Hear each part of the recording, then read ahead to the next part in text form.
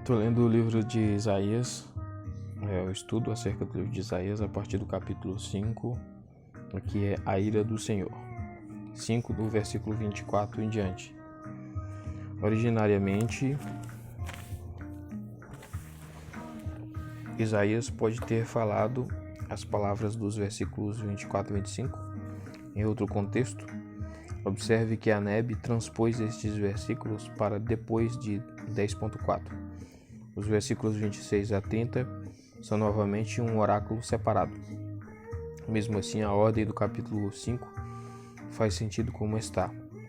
Os ais dos versículos 8 a 23 conduzem naturalmente à expressão da ira divina, versículo 24 a 25. E o parágrafo final retrata em detalhes vívidos os agentes humanos, embora sem lhes dar nomes, do castigo de Deus sobre o seu povo. O versículo 25 termina com palavras conhecidas que servem como refrão da longa passagem de 9.7 e 10.4. Daí procede a decisão da Neb e diversos comentaristas de transpor este versículo, e talvez 24, 26 a 30 também, para depois de 10.4. No contexto presente, o versículo liga o versículo 24 aos versículos 26 a 30. O povo de Deus rejeitou a sua lei e já sofreu por isso, mas a sua ira justa vai conduzir a mais castigos. O castigo lembrado no versículo 25 é muito provavelmente o ataque devastador da Síria contra o Reino do Norte por Tiglat-Pileser III em 734 a 733 a.C. A mão de Deus continua erguida, levantada para castigar. NTLH. Versículo 26. A nação não é chamada pelo nome, mas evidentemente vem de longe. Se os versículos 26 a 30 eram originariamente um oráculo contra o Reino do Norte, então Isaías certamente tinha em mente a Assíria. E de fato, a Assíria também meteria Judá em sérios apuros, embora fossem os babilônios da igualmente longínqua Mesopotâmia, que finalmente reduziriam Jerusalém a ruínas. De todo modo, a eficiência, o vigor e o poder do exército da Mesopotâmia são retratados vividamente. Uma advertência pavorosa àqueles que desobedeceram ao Deus de Israel. Isaías destaca no versículo 26 que Deus está no controle total da história internacional. Os assírios marcham sobre suas ordens.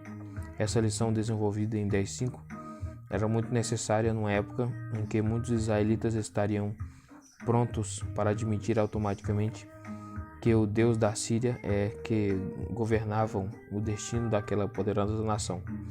No mundo de hoje, ninguém mais pensa em termos politeístas, mas as forças do mercado, o demônio do comunismo e outras forças impessoais são frequência consideradas a poderes controladores do nosso mundo.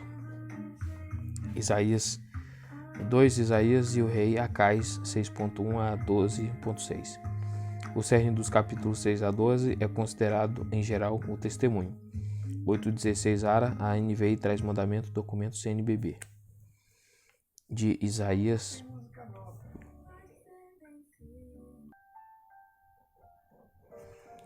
O cerne dos capítulos 6 a 12 é considerado, em geral, o testemunho. 8.16 Ara, a NVI traz mandamento, documento CNBB. De Isaías, um documento que ele mesmo esboça, que ele esboçou como uma acusação de infidelidade da corte e da nação. Enquanto os capítulos 1 a 5 retratam a decadência moral geral da nação. Os capítulos 6 a 12 se ocupam com a demonstração de como a palavra de Deus foi desobedecida numa situação histórica específica, ou seja, a crise repentina causada pela invasão de Judá realizada pelos exércitos israelitas e dos arameus. O material autobiográfico mostra com que força o próprio Isaías se empenhou em persuadir o rei a adotar políticas diferentes, e assim serve para destacar que os líderes de Jerusalém não caíram em infidelidade acidental e inconsciente, mas com determinação deliberada e com premeditação rejeitaram a palavra de Deus para eles. Todo esse material triste ainda está aí como advertência, mas o leitor recebe um retrato mais acabado pelo fato de que algumas das predições mais alegres de Isaías são dadas lado a lado com essas denúncias. Letra A, o chamado do profeta para o ministério, 6 do 1 ao 13. Nesse capítulo encontramos o próprio profeta pela primeira vez. Nos capítulos seguintes encontramos mais alguns episódios da vida e atividade, e diversos autores sugerem E.G. Kaiser que 6.1 a 9.7 era o testemunho, mandamento NVI, a que o profeta faz alusão em 8.16. Certamente é a seção mais pessoal de todo o livro, exceto os capítulos 36 a 39, que estão relacionados a um período bem tardio do ministério de Isaías. Por outro lado, é desnecessário supor que a narrativa do chamado do profeta deva ter estado no início do documento que a continha, por mais lógico que isso possa nos parecer. Grande parte do material dos capítulos 2 a 5 também pertence a uma data antiga do ministério de Isaías, e uma parte dele também pode ter feito parte do seu testemunho. Questiona-se, às vezes, se a comissão outorga a Isaías, no capítulo 6, foi necessariamente o seu chamado inicial, mas não há razão forte o suficiente para se duvidar disso. A discussão em Young Adlock. Além disso, Isaías 6 pode ser comparado com as narrativas do chamado de Jeremias e de Ezequiel. As três passagens têm a extraordinária característica comum de que o profeta é advertido em cada caso, logo no início do seu ministério, acerca das reações hostis que vai encontrar, Jeremias 1, 18 e 19, e Ezequiel 2, do 4 ao 7. R. e Clementes sugere que essa característica repetida tinha a intenção de suavizar a objeção de que, se a mensagem tivesse realmente vindo de Deus, o povo lhe teria dado ouvidos. Essas narrativas mostram que a recusa em ouvir o profeta não lança dúvidas sobre a verdade das palavras do profeta. Antes a confirmam. Prophecy and Tradition, página 35. C.R. Nott ressaltou que as ênfases extraordinárias na teologia de Isaías já estão explícitas ou implícitas no relato do seu chamado. IBD 2, página 733, Isaías. Para ele, essas ênfases são a soberania de Javé, a santidade de Javé, o pecado humano, a fé em Javé, o remanescente e o Messias. Versículo 1 a 8. Aqui temos a descrição da visão de Isaías. Pelo que sabemos, a experiência toda pode ter sido visionária, e o templo, versículo 1, pode significar a moradia celestial de Deus. Mas é tentador crer que Isaías estava fisicamente presente no templo de Jerusalém nesse momento e viu uma realidade espiritual negada ao restante dos adoradores. Versículo 10. E a maioria dos quais estava satisfeita com os aspectos exteriores da adoração. Confira 1, do 10 ao 17. A fumaça, versículo 4, pode estar relacionada ao fogo do altar. Será que o altar em si tendia a esconder Deus dos olhos dos adoradores? Deus é visto como o eterno rei, entronizado no meio dos seus cortesãos. Talvez isso em si já fosse uma compreensão tradicional. 1 Reis 22, 19. Em contraste com o rei de Judá, Uzias, cujo longo e próspero reinado estava chegando ao final. Os cortesãos e líderes de Judá já foram retratados como ímpios e condenados. 3:14, 15 e 4:14. Os cortesãos de Javé, ao contrário, estão preocupados somente com a sua santidade e glória. São chamados serafins, um termo singular a esse texto no Antigo Testamento. Em outros textos, a palavra hebraica denota serpentes, como em Números 21:6. E é possível que se imaginem as criaturas como serpentes aladas. O brado tríplice dos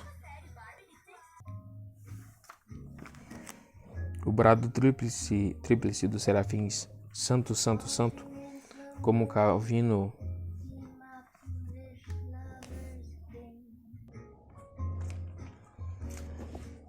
O brado tríplice dos serafins, santo, santo, santo.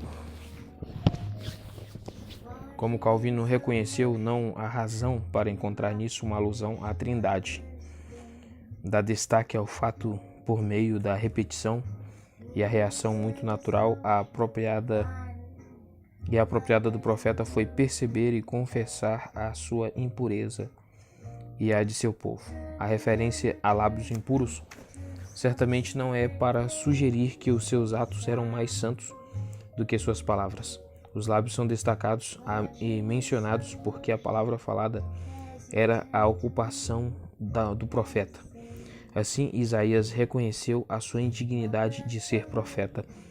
E é interessante notar as semelhanças e os contrastes entre o chamado de Isaías e o de Jeremias, Jeremias 1, do 4 ao 10. Ao contrário de Jeremias, Isaías mostrou disposição imediata para agir como profeta, depois que os seus lábios foram simbolicamente purificados. Versículo 9 a 13. Os ensinamentos que o profeta deveria transmitir ao povo de Judá não são indicados aqui, afinal eles estão em todo o restante do livro, mas é o efeito desses ensinos que é colocado diante do leitor. Ao observarmos isso pelos olhos da história, sabemos que muito poucos em Judá deram atenção às palavras de Isaías e que uma longa época de desastres políticos para Judá começou durante o transcorrer do seu ministério.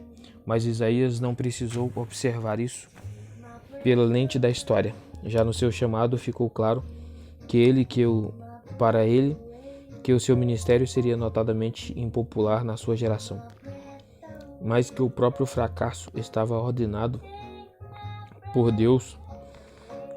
Aliás, aos olhos de Deus não seria fracasso. Paradoxalmente, o fracasso em convencer o seu público seria a prova de que ele era um verdadeiro profeta. Não podemos tentar suavizar a dificuldade teológica ao falarmos de vontade permissiva de Deus. A desobediência e o castigo subsequente do seu povo não foi algo periférico, mas central no plano divino. Por outro lado, não devemos supor que Deus tenha forçado israelitas obedientes em potencial à desobediência.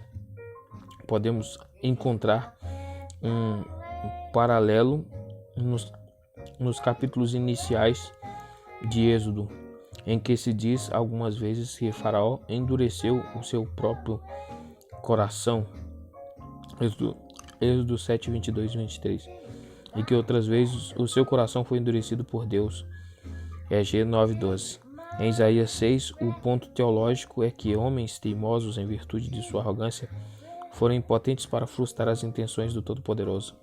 A resposta de Isaías, versículo 11, foi equivalente a um apelo a favor do seu povo, mas o apelo foi em vão.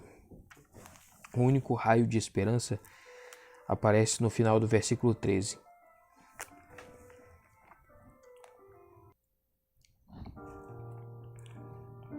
Um versículo obscuro e textualmente incerto. O início do versículo não dá esperança alguma. Mesmo que um décimo sobreviva à invasão e à decepção dos versículos 11 e 12, não está seguro, pois um novo desastre vai cair sobre o povo.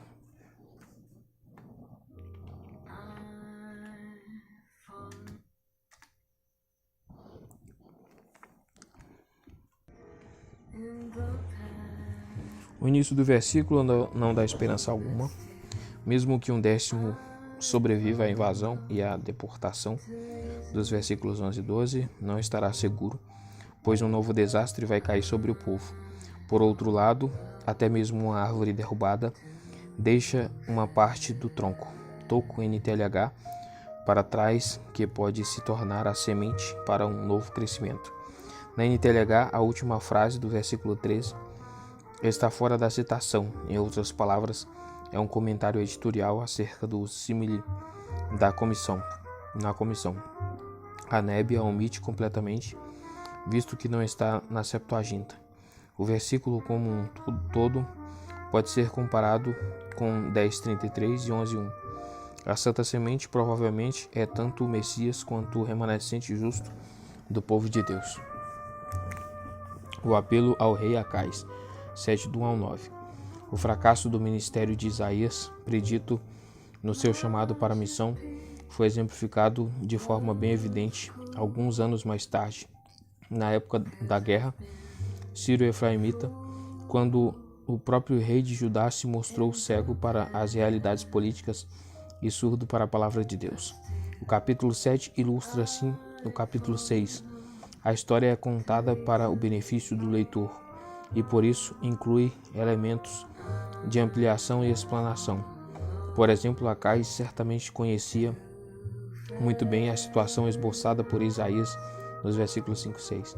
Os reis de Damasco, Síria, versículo 1, e de Israel estavam tentando se engajar numa causa comum contra os assírios e unir os estados palestinos na sua confederação.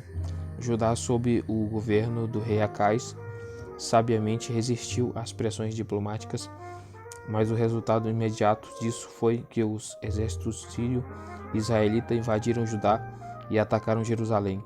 Era provavelmente o ano 734 a.C. O próprio Acais foi substituído por um governante nomeado pelos sírios, Tabeel, versículo 6. É claro que ele e o seu povo se assustaram. Versículo 2, Isaías, no entanto, longe de ficar amedrontado, só sentia desprezo pelos insignificantes reinos do norte. Até a grafia dos nomes Rezim e Tabeel foi colocada de forma propriamente incorreta e irônica. Tabeel, como está na Ara, de forma correta, significa aproximadamente não serve para nada. A expressão muito vívida, restos de lenha fumegante.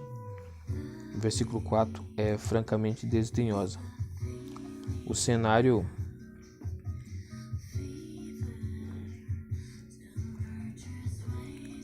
do confronto entre Acais e Isaías foi fora da cidade, a leste. É muito provável que o rei estivesse inspecionando o suprimento de água da cidade, sempre um problema sério em época de cerco de uma idade. Uma geração depois, Ezequias construiu o túnel de Siloé para aumentar o suprimento de água.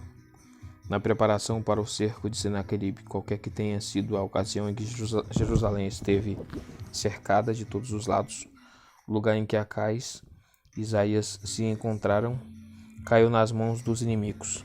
Confira 3.2. Isaías foi instruído a levar o seu filho Sear-Jazube, versículo 3, com ele, sem dúvida como um sinal subentendido para Acais. O nome significa um remanescente voltará.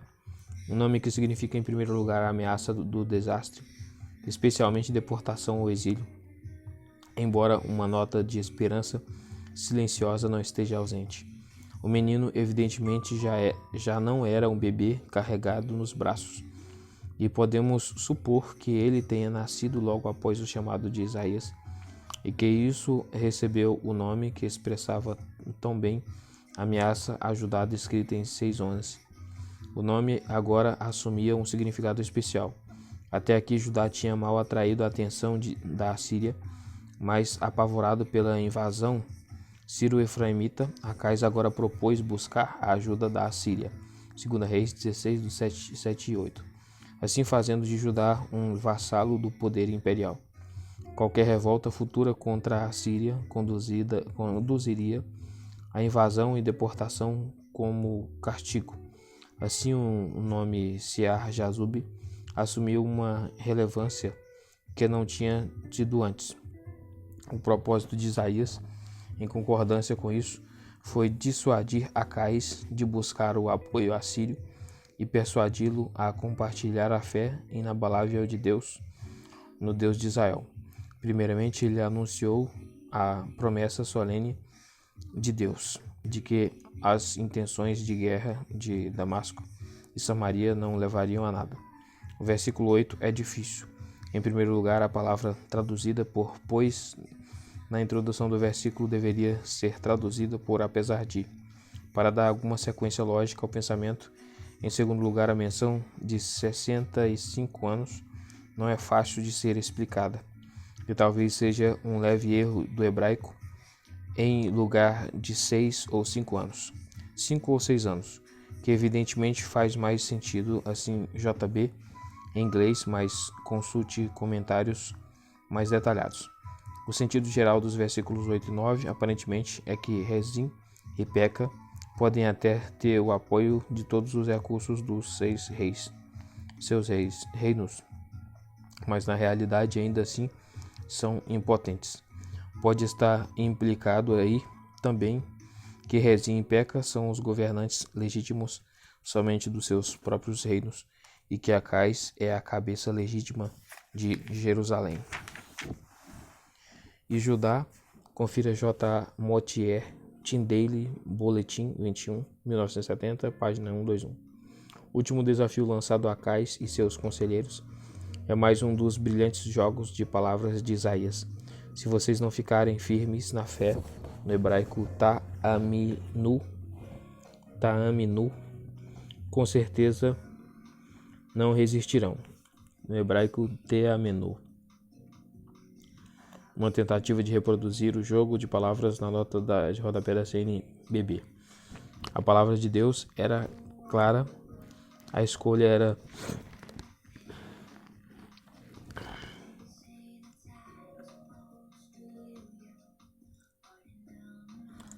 era entre a fé em Deus e não na Síria, e a escolha entre a fé e a pedra permanente da independência e da estabilidade políticas. A fé em Deus era uma política tão real e decisiva quanto o apelo dispendioso à Síria. Letra C, o sinal para Acais, 7 do 10 ao 17. Provavelmente transcorreu um tempo até o profeta retornar ao rei com uma nova palavra do Senhor. Ao menos é o que sugere a observação de impaciência no versículo 13.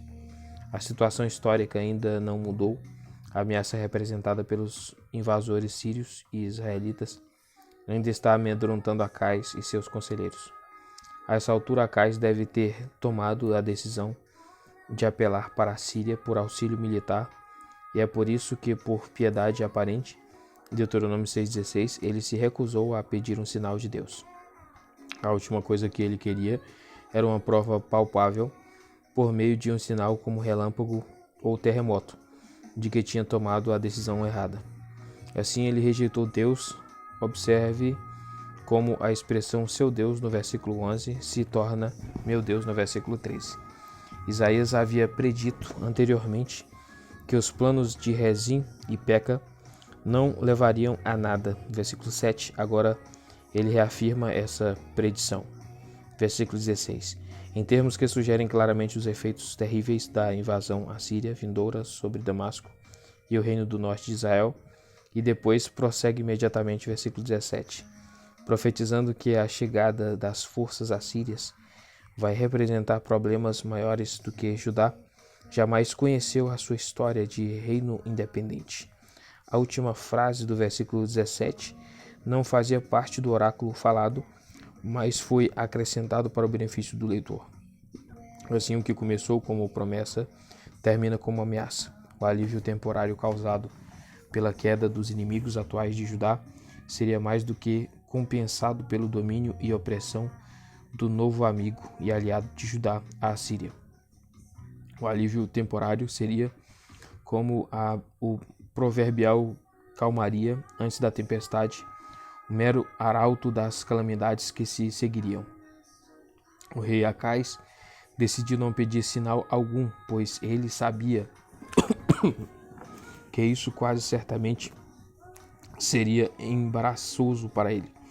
Mas Deus escolheu lhe dar um sinal mesmo assim, um sinal que não poderia ser omitido pelo rei nem pelo seu séquito. Esse é o sentido de descendentes de Davi. Versículo 13. A casa de Davi, Ara, confira versículo 2, o sinal seria o nascimento de Emanuel, versículo 14. Dificilmente há outro versículo na Bíblia que tenha sido mais debatido e discutido do que Isaías 7,14. As principais questões polêmicas são as seguintes. Letra A, em que consiste exatamente o sinal? Na concepção virginal, no nascimento, no nome, na situação modificada. Letra B, o termo hebraico Alma significa uma jovem, NTLHBJ, ou uma virgem, ARA, ARCNVI. E será que a mulher citada é uma pessoa específica ou a referência é geral? Letra C, a frase de anunciação em si implica linhagem régia ou não? Letra D, o nascimento é claramente futuro, mas será que a concepção da criança já ocorreu, como na NTLH, ou não, como na NVI? Letra E, o texto exige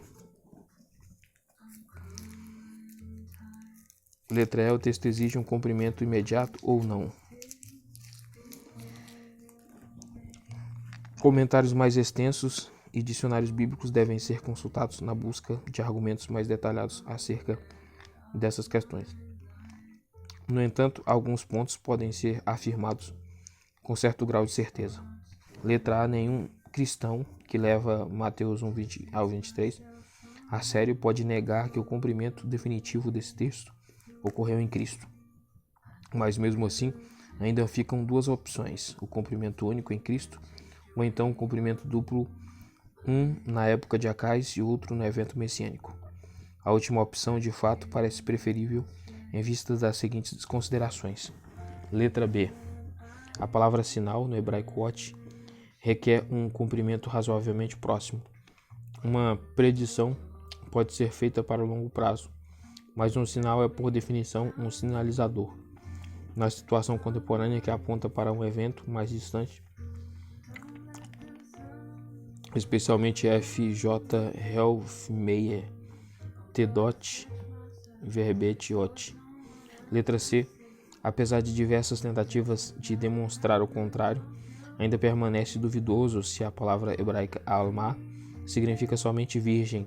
Certamente era um termo que incluía as virgens, mas pode ser restrito a elas. Letra D. No contexto em que nomes funcionavam claramente como sinais, Sear Jazub em 7.3 e Maer Shalal Ashbaz em 8, do 1 ao 4. É altamente provável que o sinal tenha sido o nome Emanuel e não a concepção ou o nascimento da criança. Letra E, parece provável, embora não certo, que a construção hebraica sugira que Isaías estava se referindo primeiramente a uma jovem já grávida. Praticamente a mesma construção ocorre em Gênesis 16:11. Letra F. Nenhuma exegese natural pode aplicar o versículo 16 e um futuro muito distante. Letra G. Não é muito provável que o Emanuel deveria ser o filho do próprio Isaías, visto que o seu filho Maher Shalal Hashbaz provavelmente foi concebido e nasceu durante a mesma crise política, 8, do 1 ao 4. É ainda menos provável que Emanuel deveria ser filho de Acais, visto que neste caso o rei poderia facilmente evitar que esse sinal ocorresse ao lhe dar um nome diferente. Realmente é verdade que nunca ouvimos falar de uma criança, seja de Isaías, seja de Acais, que teve o nome Emanuel. Com base nessas conclusões, podemos interpretar o texto da seguinte forma: Acais se nega a buscar um sinal, visto que ele sabia no seu coração que um sinal demonstraria que Isaías estava certo. Mesmo assim, um sinal iria confrontá-lo. E este sinal foi que antes que pudessem passar 9 meses, os invasores sírios e israelitas teriam partido de forma tão dramática que muitas mulheres grávidas dariam o nome Emanuel. Deus está conosco, a seus recém-nascidos. O nome Icabode, a glória se foi, confira 1 Samuel 4, 21 e 22, é uma boa comparação e contraste. Em outras palavras, Emanuel se tornaria um nome de criança muito comum no ano seguinte. No entanto, o nome seria um sinal ou prova para Acais, não de que a ameaça sírio-efraimita já tinha passado. Esse fato seria auto-evidente, mas de que o Deus que dessa maneira era reconhecido como estando com o seu povo tinha o propósito de causar graves dificuldades a eles por meio da Síria, quando essa ameaça se concretizaria em pouquíssimos anos, diz Isaías, antes que crianças que agora estavam no útero pudessem crescer até o discernimento maduro, versículo 16, a predição do versículo 15 é explicada adiante nos versículos 21 e 22. A escolha do nome Emanuel seria um sinal de fé por parte das mães, contrastando com a ausência de fé por parte de Acais. E a fé e a confiança dessas pessoas simples e devotas seriam recompensadas no final. Aqui, em outros textos, Isaías prediz a sobrevivência de um remanescente por meio de quem viria mais tarde a escolha de Deus de um rei e Messias. O juízo não poderia ser a última palavra de Deus para o seu próprio povo. Viria o dia em que não qualquer jovem mais, a virgem iria conceber e dar à luz o filho, cujo nome significaria a salvação final e definitiva do seu povo. Mateus 1:21. Então, finalmente, a presença de Deus estaria com o seu povo de forma bem diferente e maravilhosa, experimentada não na ausência repentina dos inimigos de Judá, mas antes da presença permanente do Filho de Deus. Letra D. Ameaça para Acais, 7:18 ao 25.